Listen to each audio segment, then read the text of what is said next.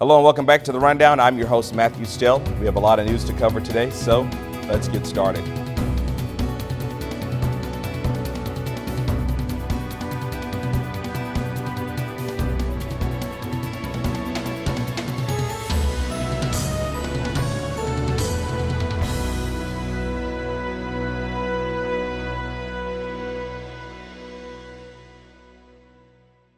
On last week, Hurricane Michael devastated the Florida Panhandle with winds of up to 155 miles per hour. The popular vacation cities of Panama City and Mexico Beach were the hardest hit areas. The current death toll sits at 26, with the majority of those reported in Florida. Nearly 16,000 homes have been damaged and more than 4,000 homes are completely destroyed. As of Tuesday, over 100,000 customers were still without electricity in the region.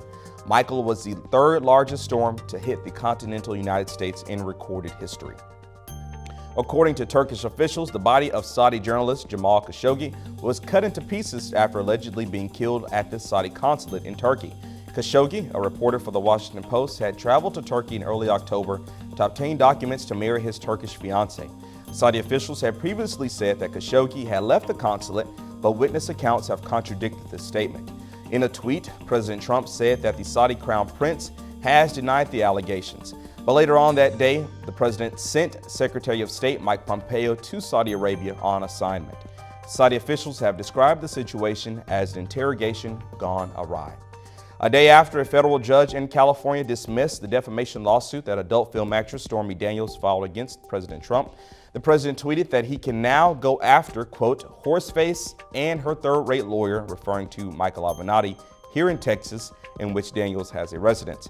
Daniels later responded on Twitter saying that the president has, quote, demonstrated his incompetence, hatred of women, and lack of self-control. Avenatti has appealed the ruling. A rare like polio disease has appeared across the United States and is affecting young children daily. Our Rundown contributor, Nguyen, has the latest. Since 2012, there have been a growing number of cases where children suddenly lose muscle control and suffer from dizziness and paralysis. As of 2018, there are currently 87 possible cases in the United States of children suffering from what doctors call acute flaccid myelitis, or AFM. The condition appears to be caused by a viral infection, but the source remains unknown. Symptoms occur suddenly and can range anywhere from muscle weakness to total paralysis. The condition itself has no specific treatment, but in some cases, children needed a respirator due to trouble breathing. The Center for Disease Control and Prevention has reported 38 cases across 16 states as of September, and the Michigan Department of Public Health are currently investigating a suspected case in an adult male. Health officials are comparing this condition to polio, a virus that also attacks the spinal column and induces paralysis. Children vaccinated against the polio virus, however, could still fall victim to AFM, as reported by 5 cases in 2014. On the other hand, health officials are saying that the EVD68 virus is not the cause of AFM, but is also prevalent and can result in runny noses, fatigue, muscle ache, as well as difficulty breathing. The New York State Department of Health has reported 39 cases of EVD68 in children and no confirmed cases of AFM. To stay safe, health officials recommend washing your hands and avoiding excessive contact, essentially the same precautions you would take to avoid the flu. Thanks, On last week, the Justice Department approved the CVS-Aetna merger of $69 billion.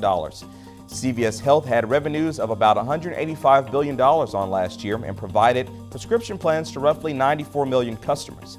Aetna, one of the nation's largest insurers, had about $60 billion in revenue that covers 22 million people in its health plans.